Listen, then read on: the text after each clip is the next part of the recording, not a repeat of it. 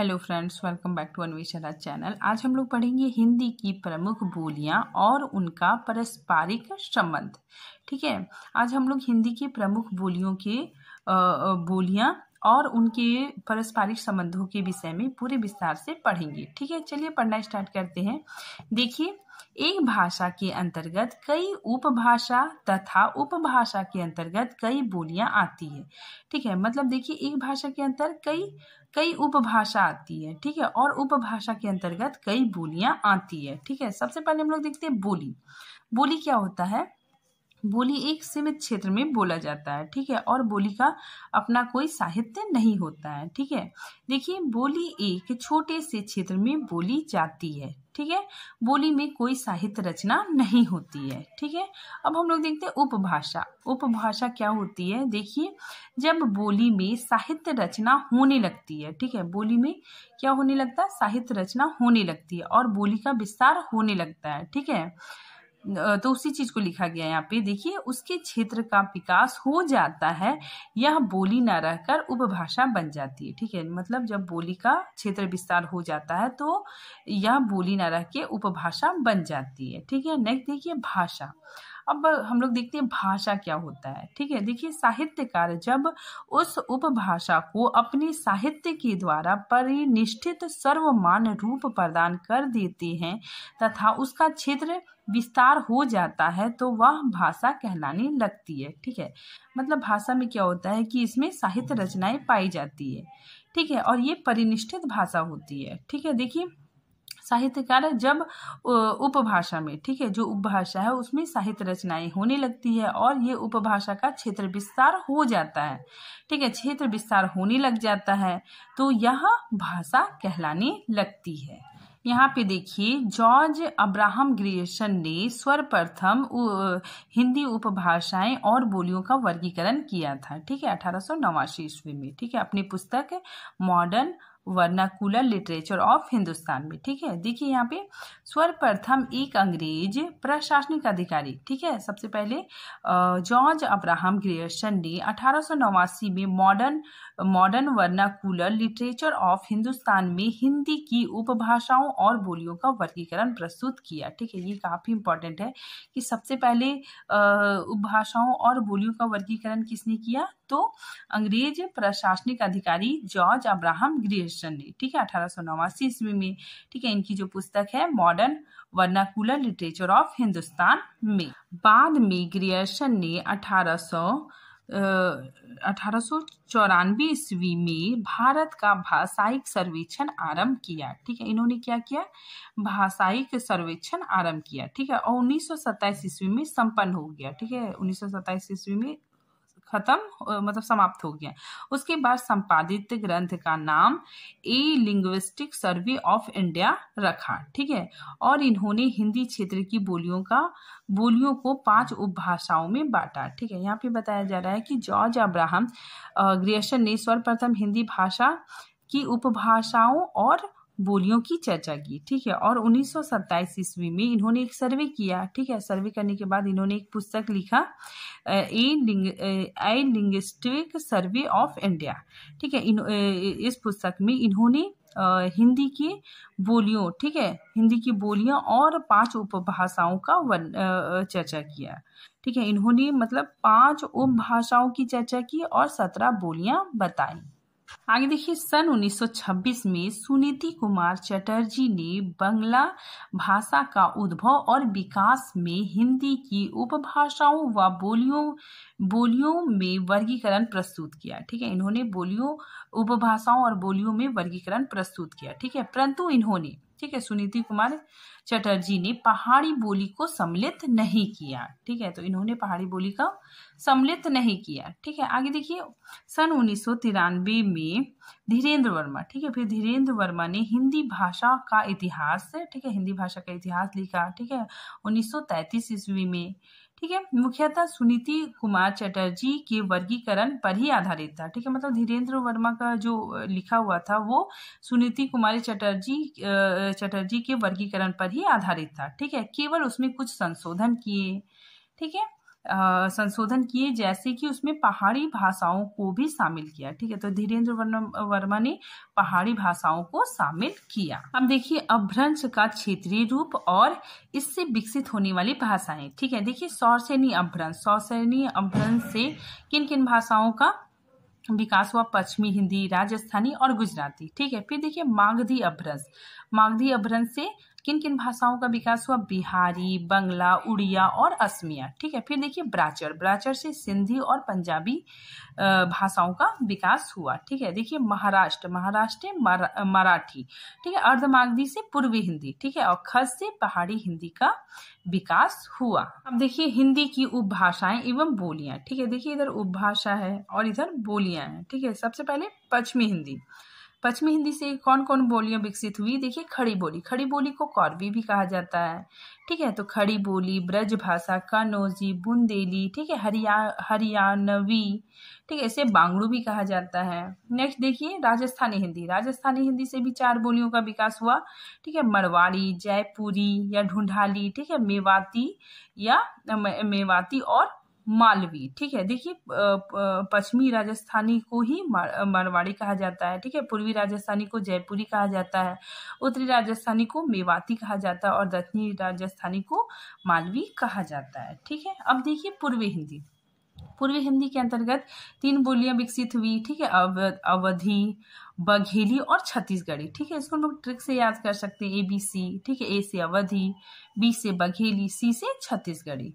ठीक है, फिर देखिए बिहारी हिंदी के अंतर्गत भी 3 बोलियां आई, मगही, मैथिली और भोजपुरी। ठीक है, फिर देखिए पहाड़ी हिंदी से भी 2 विकसित हुई, मध्यवर्तीय पहाड़ी और पश्चिमी पहाड़ी। ठीक है, और फिर मध्यवर्ती पहाड़ी से 2 बोलियां विकसित हुई, गढ़वाली और कुमाऊनी।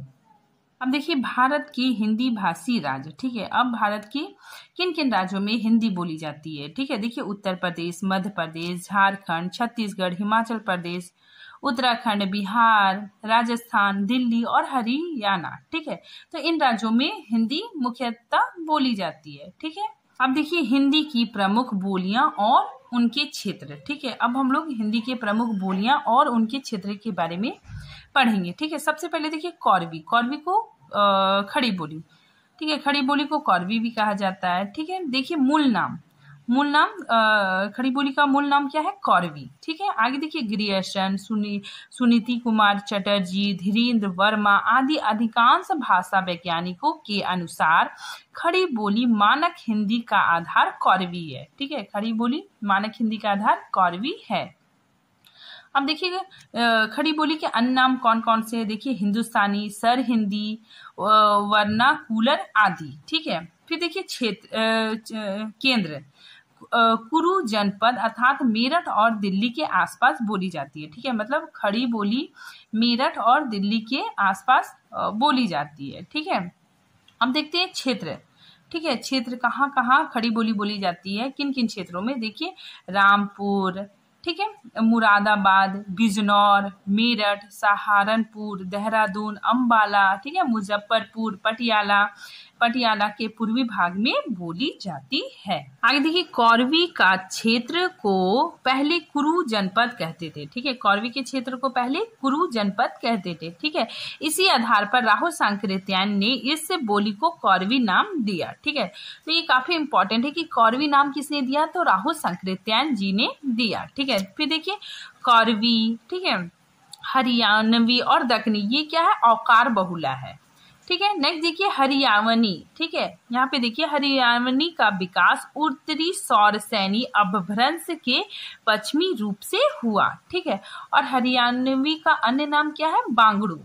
ठीक है, अब इसके क्षेत्र को देखते हैं कि हरियाणवी कहाँ कहाँ बोली जाती है। दिल्ली, कुरुक्षेत्र, करनाल, जिंद, हिसार, ठीक है, रोहतक, नाभा और पटियाला। ठीक है, इन क्षेत्रों में हरियाणवी बोली जाती है। ठीक है, देखिए ग्रियर्सन ने हरियाणवी को बांगड़ू नाम दिया। ठीक है, देखिए ये भी काफी इंपॉर्टेंट है कि किसने हरियाणवी को बांगड़ू नाम दिया? तो ग्रियर्सन ने। ठीक है, आगे देखिए, इस क्षेत्र में जाटों की बहुलता है। ठीक है, इस क्षेत्र में क्या है, जाटों की बहुलता है, अतः इस बोली को जादू भी कहा जाता है। ठीक है, तो इस बोली को जादू भी कहा जाता है।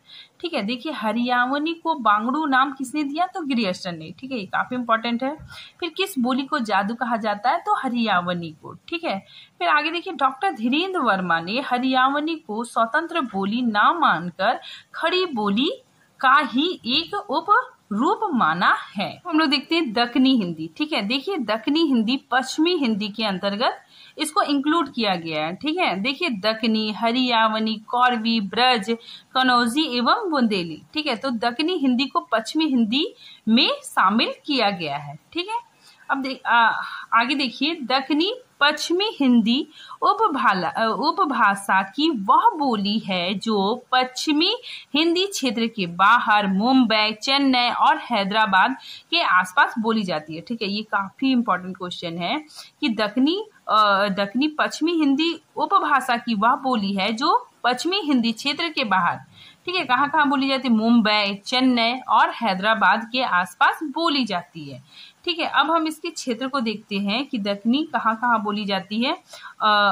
अहमदनगर, ठीक है, बीजापुर, गोलकुंडा, ठीक है, बीदर, बरार और मुंबई में। ठीक है, फिर नेक्स्ट हम लोग देखते हैं ब्रज भाषा। ठीक है, ब्रज भाषा का केंद्र कहाँ है, मथुरा।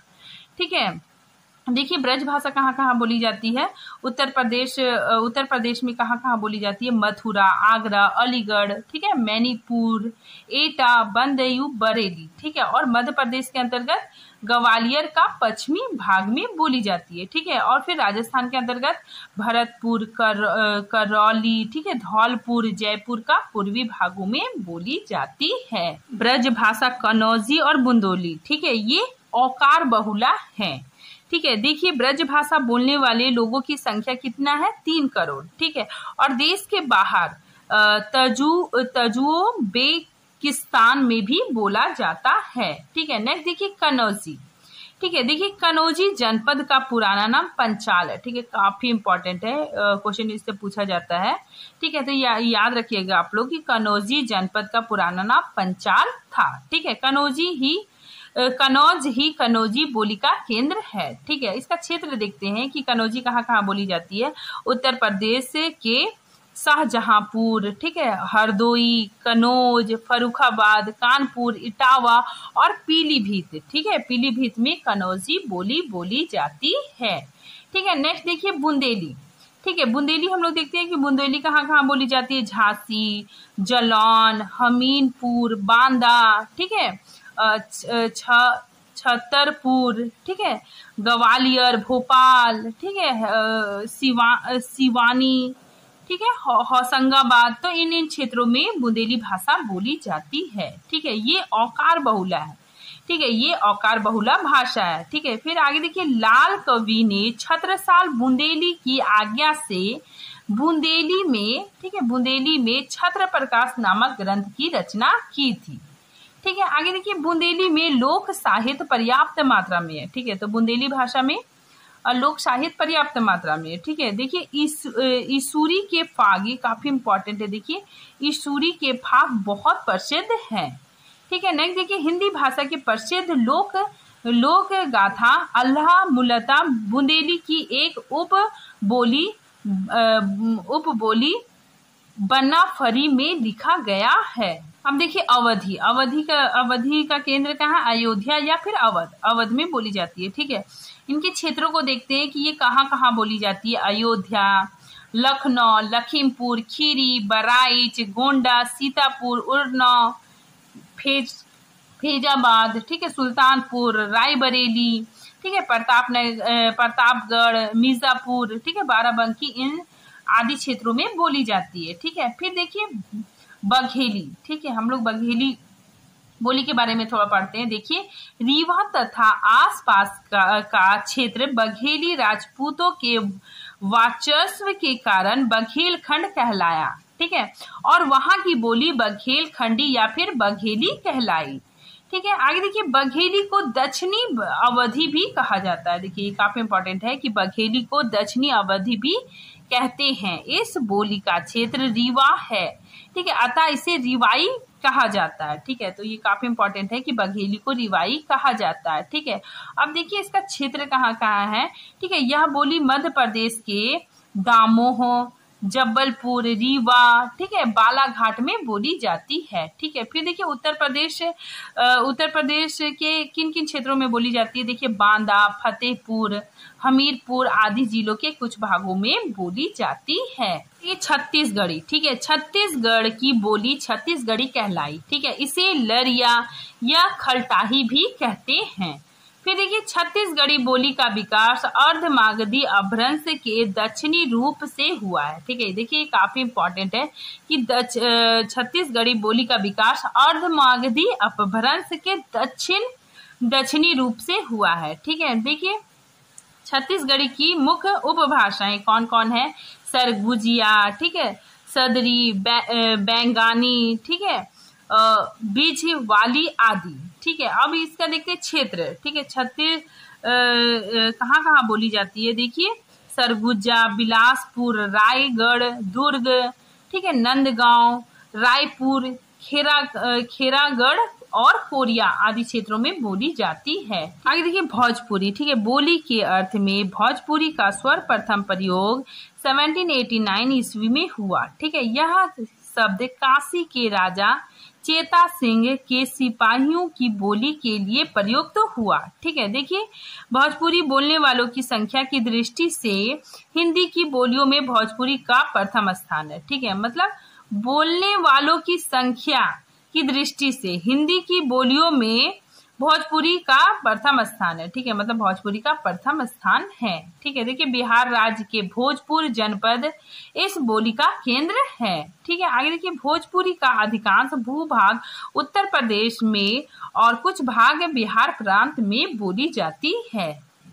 आगे देखिए उत्तर प्रदेश के अंतर्गत कहाँ कहाँ बोली जाती है। देखिए वाराणसी, गाजीपुर, ठीक है, देवरिया, बलिया, ठीक है, फिर जौनपुर, मिर्जापुर, ठीक है, बस्ती जिले के पूर्वी भाग में, ठीक है, इन क्षेत्रों में बोली जाती है। ठीक है, फिर देखिए बिहार में कहाँ कहाँ बोला जाता है। छपरा, ठीक है, सिवान, गोपालगंज, भोजपुर, ठीक है, सासाराम, मोतिहारी, ठीक है, तो इन क्षेत्रों में बोली जाती है। ठीक है, फिर देखिए झारखंड के अंतर्गत रांची और पलामू में भी बोली जाती है। आगे देखिए भिखारी ठाकुर ने विदेशिया सहित 12 नाटक की रचना की। ठीक है, इन्हें भोजपुरी का शेक्सपियर कहा जाता है। ठीक है, काफी इंपॉर्टेंट है। देखिए भिखारी ठाकुर को भोजपुरी का शेक्सपियर कहा जाता है। ठीक है, आगे देखिए भारत के बाहर, ठीक है, भारत के बाहर मॉरिशियस, ठीक है, सूरीनाम, त्रिदाद, ठीक है, गुआन, फिजी आदि में भी भोजपुरी बोली जाती है। आगे देखिए मगही। ठीक है, मगही के बारे में हम लोग पढ़ते हैं। देखिए मगही का अर्थ मगध की भाषा। ठीक है, मगही शब्द मागधी का विकसित रूप है। ठीक है, देखिए मगही का प्रतिनिष्ठित रूप गया जिलों में बृहत है। ठीक है, मतलब गया जिलों में बोला जाता है। ठीक है, आगे देखिए मगही में लोक साहित्य पर्याप्त है। ठीक है, मगही भाषा में बोली में लोक साहित्य पर्याप्त है। ठीक है, जिसमें गोपी चंद और लोरिका को लोकगीत प्रसिद्ध है। ठीक है, नेक्स्ट देखिए इसका क्षेत्र, ये कहाँ कहाँ बोला जाता है। देखिए बिहार, पटना, गया, मुंगेर, ठीक है, नालंदा, ठीक है, और औरंगाबाद, भागलपुर, ठीक है, तो इन जगहों में बोला जाता है। ठीक है, फिर देखिए झारखंड के अंतर्गत पलामू और हजारीबाग में बोला जाता है। ठीक है, नेक्स्ट हम लोग देखते हैं मैथिली। ठीक है, देखिए मिथिला प्रदेश की बोली होने के कारण इसका नाम मैथिली पड़ा। ठीक है, इसका एक अन्य नाम तिरहुतिया भी है। ठीक है, मैथिली का एक अन्य नाम तिरहुतिया भी है। ठीक है, आगे देखिए बिहारी हिंदी की बोलियों में केवल मैथिली ही साहित्य दृष्टि से संपन्न है। ठीक है, देखिए काफी इंपॉर्टेंट है कि बिहारी हिंदी की बोलियों में केवल मैथिली ही साहित्य दृष्टि से संपन्न है। ठीक है, विद्यापति की पदावली भी मैथिली में है। ठीक है, मैथिली संविधान के 8वीं अनुसूची में भी शामिल किया गया है। अब देखिए मैथिली कहाँ कहाँ बोली जाती है। पूर्वी चंपारण, ठीक है, मुजफ्फरपुर, मुंगेर, मुंगेर, ठीक है, भागलपुर, दरभंगा, ठीक है, पूर्णिया आदि जिलों में आदि क्षेत्रों में बोली जाती है। ठीक है, फिर आगे देखिए मैथिली का उद्भव मागधी अपभ्रंश के मध्यवर्ती रूप से हुआ है। ठीक है, मिथिला की बोली को मैथिली कहा जाता है। ठीक है, अब देखिए मैथिली की 6 उपबोलियां कौन कौन है। उत्तरी मैथिली, दक्षिणी मैथिली, पूर्वी मैथिली, पश्चिमी मैथिली। ठीक है, देखिए इसको छिका छिक, ठीक है, काफी इंपॉर्टेंट है। देखिए छिका छिक और जोल्हा भी बोली भी है। ठीक है, मैथिली के 6 उपबोलियों के अंतर्गत आता है। ठीक है, फिर नेक्स्ट देखिए राजस्थानी हिंदी के अंतर्गत मड़वाड़ी। ठीक है, देखिए पश्चिमी राजस्थानी यानी मड़वाड़ी बोली का उद्भव सौरसेनी अपभ्रंश के नागर रूप से हुआ है। ठीक है, फिर देखिए लोक साहित्य की दृष्टि से मड़वाड़ी संपन्न उपभाषा है। ठीक है, पूर्वी मड़वाड़ी को ही डिंगल कहा जाता है। ठीक है, काफी इंपॉर्टेंट है। देखिए पूर्वी मड़वाड़ी को ही डिंगल कहा जाता है। मीरा के पद कहीं ब्रज भाषा में और कहीं मड़वाड़ी में मिलते हैं। ठीक है, देखिए मेवाती, सिरोही, ठीक है, शेखावटी आदि मड़वाड़ी के प्रमुख उपबोलियां हैं। ठीक है, तो ये सारे मड़वाड़ी के उपबोलियां हैं। देखिए क्षेत्र कहाँ कहाँ बोला जाता है। जोधपुर, अजमेर, ठीक है, मेवाड़, बीकानेर, ठीक है, जैसलमेर, उदयपुर आदि क्षेत्रों में बोली जाती है। कि मेवाती का क्षेत्र कहाँ कहाँ बोला जाता है। उज्जैन, इंदौर, देवास, ठीक है, रतलास, होशंगाबाद आदि क्षेत्रों में बोली जाती है। ठीक है, फिर नेक्स्ट देखिए जयपुरी। ठीक है, जयपुरी को ढूंढाली भी कहा जाता है। ठीक है, देखिए जयपुरी को पूर्वी राजस्थानी भी कहते हैं। जयपुरी का पुराना नाम ढूंढाली है। ठीक है, इस कारण से जयपुरी को ढूंढाली भी कहते हैं। ठीक है, फिर देखिए जयपुरी की मुख्य उपबोलियां कौन कौन सी है। तोरावाटी, ठीक है, चौरासी, अजमेर और हड़ौती। ठीक है, तो ये सारे जयपुरी की मुख्य उपबोलियां हैं। ठीक है, क्षेत्र देखिए कहाँ कहाँ बोला जाता है। हड़ौती, ठीक है, कोटा, बूंदी, बारन, ठीक है, झालावाड़, इन क्षेत्रों में जयपुरी बोली जाती है। ठीक है, नेक्स्ट देखिए मेवाती के बारे में हम लोग पढ़ते हैं। मेवाती बोली मौ जाति के निवास स्थान मेवात क्षेत्र की बोली है। ठीक है, मेवाती की एक मिश्रित उपबोली अहिरवाटी है। ठीक है, ये काफी इंपॉर्टेंट है कि मेवाती की एक मिश्रित उपबोली अहिरवाटी है। ठीक है, आगे देखिए राठी, नहरे, कठर, गुजरी आदि मेवाती के अन्य उपबोलियां हैं। पहाड़ी हिंदी। ठीक है, हम लोग पहाड़ी हिंदी के बारे में पढ़ते हैं। देखिए जॉर्ज ग्रियर्सन ने पहाड़ी हिंदी को मध्य पहाड़ी कहा है। ठीक है, पहाड़ी हिंदी का विकास खस प्राकृत से हुआ है। ठीक है, पहाड़ी हिंदी की प्रमुख बोलियां इस प्रकार है। ठीक है, देखिए गढ़वाली। ठीक है, पहाड़ी हिंदी से दो बोलियां विकसित हुई, गढ़वाली और कुमाऊनी। ठीक है, तो सबसे पहले हम लोग गढ़वाली के बारे में देखते हैं। देखिए यह बोली उत्तराखंड के गढ़वाल क्षेत्र में बोली जाती है। ठीक है, फिर देखिए क्षेत्र गढ़वाली कहाँ कहाँ बोली जाती है। गढ़वाल, टिहरी, ठीक है, चमौली, उत्तर काशी के आसपास के क्षेत्रों में बोली जाती है। गढ़वाल क्षेत्र में बोली जाने वाली इस बोली को गढ़वाली कहते हैं। ठीक है, इसकी उपबोलियां कौन कौन सी है। देखिए राठी, श्रीनगरिया, ठीक है, बाधानी, मांझा, नागपुरिया, ठीक है, और सलानी इसकी उपबोलियां हैं। ठीक है, गढ़वाली बोली का प्राचीन नाम केदारखंड है।